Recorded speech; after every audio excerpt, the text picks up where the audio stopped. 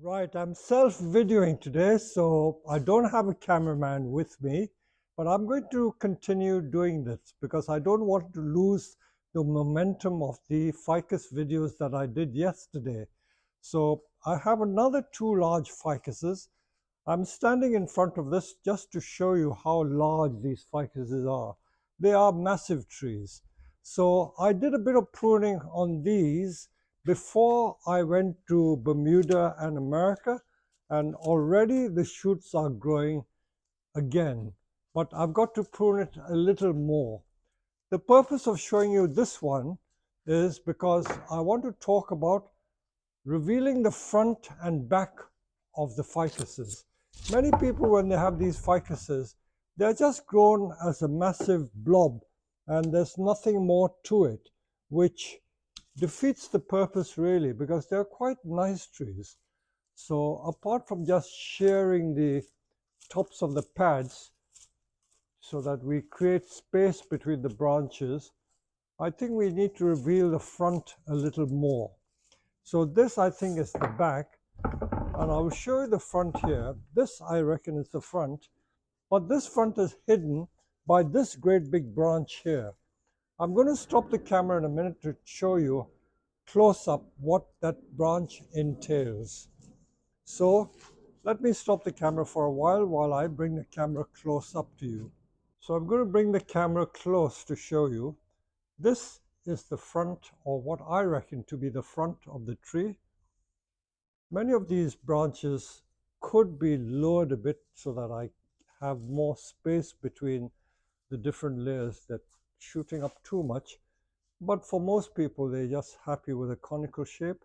But I feel that this front is hidden because there's a great big lump of a tree over here. If you look at it closely, you can see this huge lump here is hiding a beautiful front. So I'm going to show you what I will take off. I will cut that off. Yesterday I did a video showing you how to prune the ficuses. This one hasn't been pruned, but I will show you briefly how to prune it. But the purpose of this video is not so much to show you how to just prune the pads, but how to restructure the tree. Ficuses are a very tricky tree for those of us who live in the temperate climate.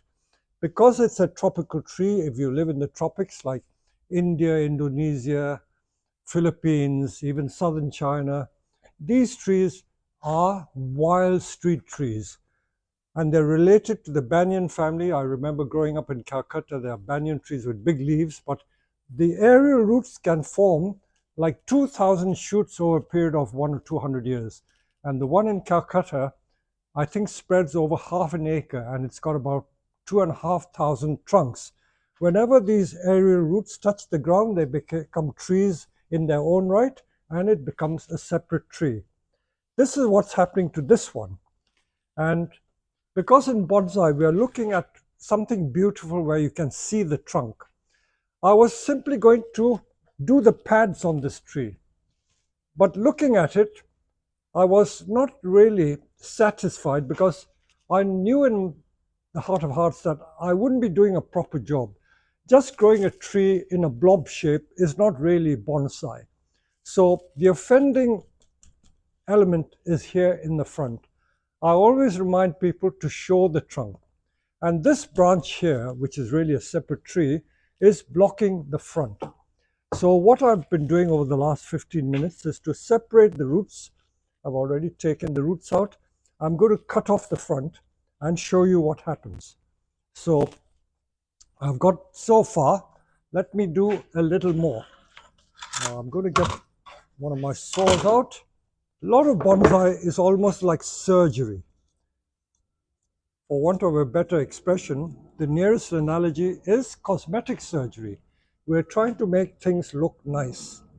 So I'm going to take off a bit of the trunk, not all of it, but I want to take a bit of it off so I can see the front in a better light. So I can see where I'm going, so I'm going to take that bit off.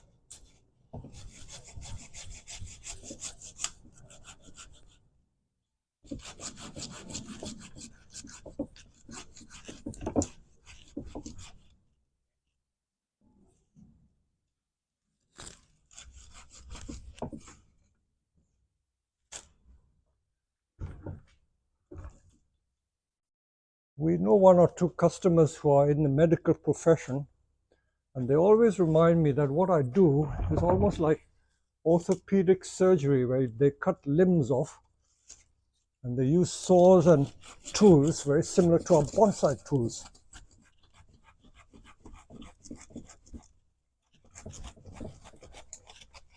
So I'm cutting a very large limb off.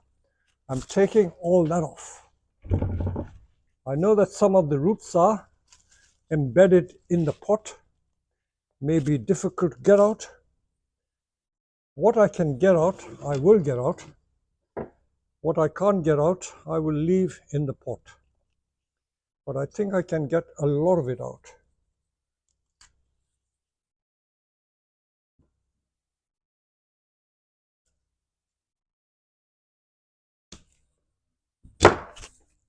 Look at that. I've got that out now.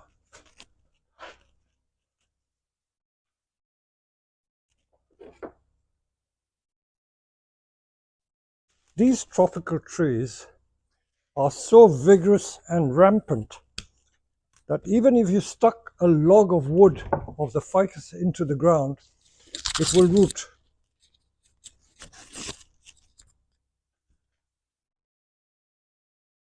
In India, where I grew up, people used to cut logs of this and make a living fence. In a matter of weeks, it becomes a tree, and you got a ready-made hedge simply by cutting the logs and planting it in the ground. They're so easy to grow.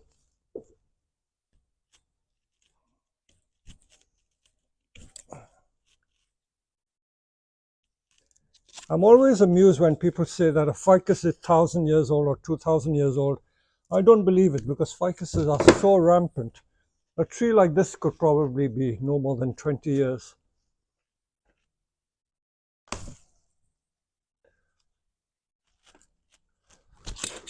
I'm trying to save as much of the root as possible, because I'm going to make this into another tree, and it will grow almost instantaneously. I'll talk about the aerial roots in just a minute.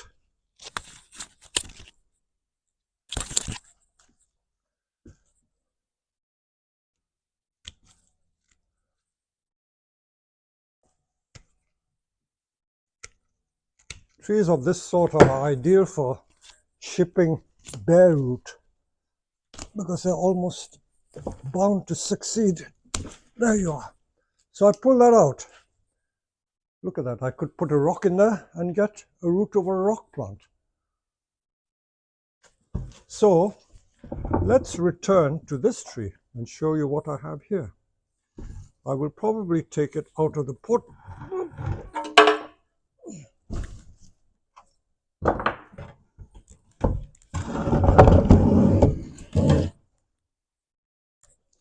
Oh, it's heavy. Okay, look at that. Let me prop it up.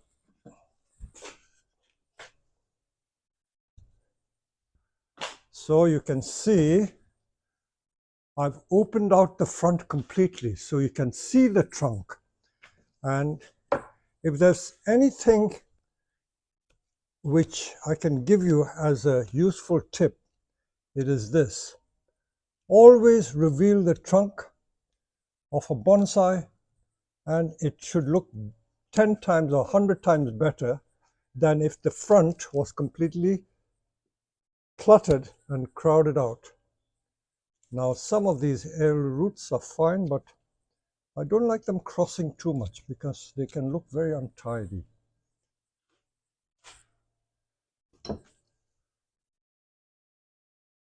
So maybe the tree would be like that. There is even a case for cutting that off. So let me do it and see what happens. I sometimes do it slowly or gradually, so it's not to regret in case I cut the wrong one off. I remember when I used to grow up as a boy, all these ficuses grow on buildings. If you go to a lot of these Indian cities, you find them, especially in Calcutta. These ficuses grow on top of buildings and strangle the buildings. completely ruined the building.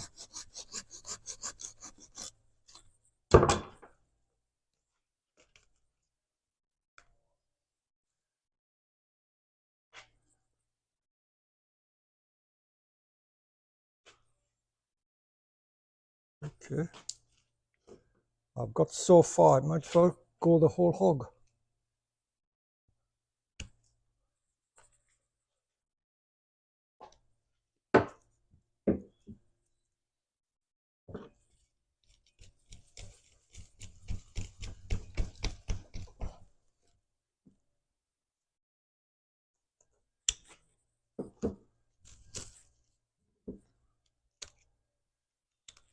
I'm not worried about not getting enough root because I know that they will generate roots very easily if I simply put it in soil. I will follow this project up to show you in a few months' time what's happened to them.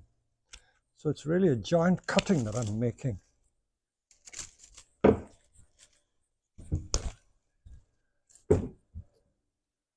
So you can see I've tidied up the front, opened the front up.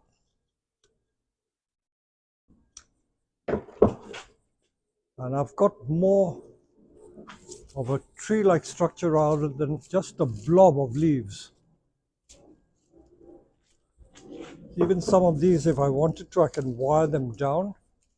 You can see you can do a little bit of wiring to improve it. As I always remind you, the tendency of most plants is for the branches to spring upwards.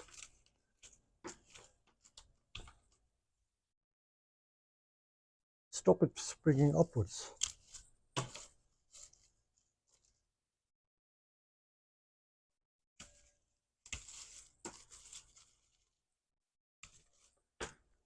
Don't be afraid to thin it out. I'm going to get lots of lovely cuttings. So that is the tree I've opened out now. I certainly think it's much better than it was before. And to show you the back, you see how congested the back is. If I wanted to be a bit more adventurous, I could even do the same thing to the back that I did to the front just now. Then you see I could easily cut that off and get another tree from there. I don't think it'll spoil it, but I'm going to leave it for the time being as a back branch to give perspective to this tree. But I could easily cut it off over there. So for the time being, this is the bonsai that is going to have an open front. Now, what about this one? This is another tree that could be beautified. You must be asking me, why is this greener than that? This is greener because I put fertilizer a month ago and it turned a deep green. So they're very, very sensitive to feeding, and if you feed them regularly, you'll get this lovely color. I use all these pellet fertilizers, rapeseed, fish meal. Okay, now again, we are faced with a situation where the front is absolutely cluttered. All this lovely foliage, you must be wondering why I take all this trouble to grow it strong and then remove it. But you have to do it. If you didn't do it, can you imagine this getting so big? The entire shape of the tree will be spoiled if you didn't deal with the pads. So I'm literally doing topiary. This is, for want of a better word, sophisticated topiary. I could wire the individual branches, but I think you would get by simply by giving it a nice shape. But that is not all. I'm going to tidy this a little more. Okay, again, this is an instance where the front is being cluttered too much by a front branch. So I don't know whether you can see it. If you come close, you see there's this branch here going this way. I could either take the whole thing out or take part of it out and show you slowly what I would do. In fact, I don't even need to take that decision. I can see that it's obviously in the wrong position.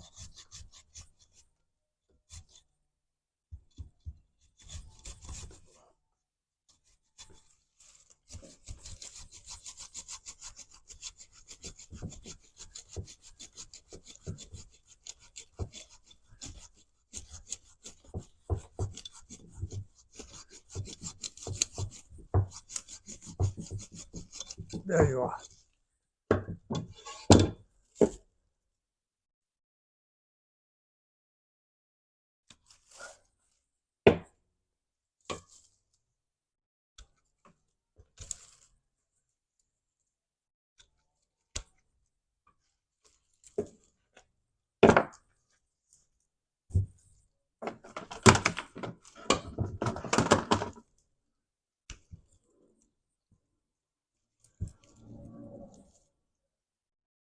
And if I stick this in soil, I'll get another bonsai like that. Guaranteed to grow.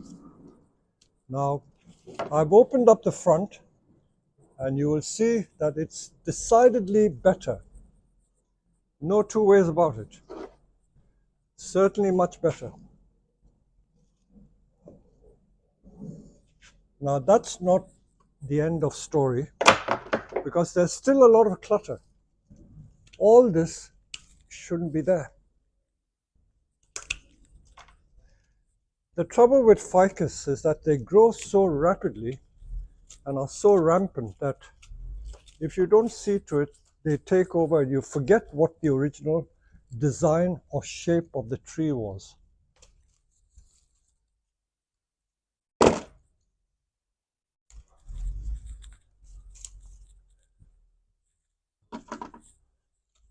So this is the next stage. I'm going to talk about the roots in a minute. So now that I've removed that great big branch from the front, it's already looking much better because you can see the face of the tree. The front I call the face. The front is so important because this is what defines the shape and design of the tree. Some of these I will leave there because I may get short branches growing from there. Now the next thing to talk about are these aerial roots. I know a lot of people like the aerial roots, but if you're not careful, they can become a bit unkempt and out of control. You look at these thick roots here. These thick roots were developed from this, and it went into the soil and became thick. Eventually it became a big trunk, but since we're doing bonsai and not growing them as ordinary trees, I want to create more of a classic bonsai image and not have too many ugly roots cluttering the place. So I'm going to tidy all these roots up. I know that the natural character of the tree is to form roots like this, but I don't want too much of it. As they say, too much of a good thing can be bad. So let's not have too many goodies here because it's spoiling the look of the tree. These thick ones, since they're there, I'm not going to leave it. But these ones, I certainly do not want them to go there. I'm going to get it off. I don't want them there. Now even this one here, can you see that going there? I don't want that there. I'll cut that off. I will go to the back in a minute. And that one there, get rid of. Now look at this one. This is an area that's come down from here to here and go there. I'm going to get rid of this one.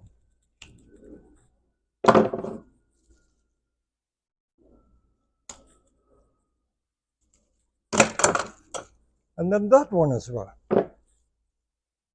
It's spoiling the lovely curly line of the tree. So let's get rid of that one. Now we're getting somewhere. Now you can see the beauty of that trunk.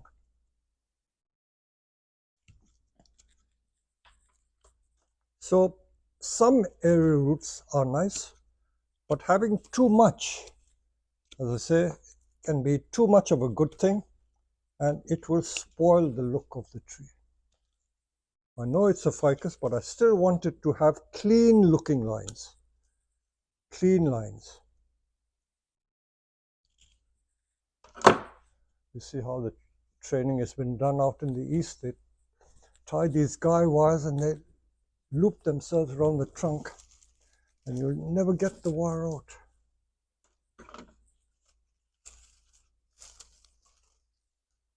So that's as far as it goes. Now let's look at the back. This is the back of the tree. If I'm not too careful, these roots can become too thick. They'll become thick like that and may spoil the look of that tree. Okay, these are at the back, I know. Perhaps I'll leave that. I don't want too many to go. A few is good, but too many, no.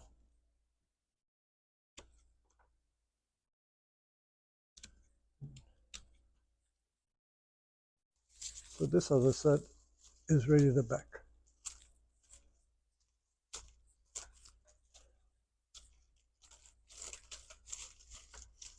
So I've given the facelift, facial surgery.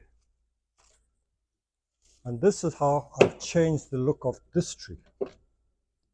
Completely changed it by removing a thick branch and getting rid of the aerial roots. Now you can see the beauty of that tree. I think certainly it's much better. Some people may disagree, but this is how I like to see this tree growing and developing. Even that I will get rid of.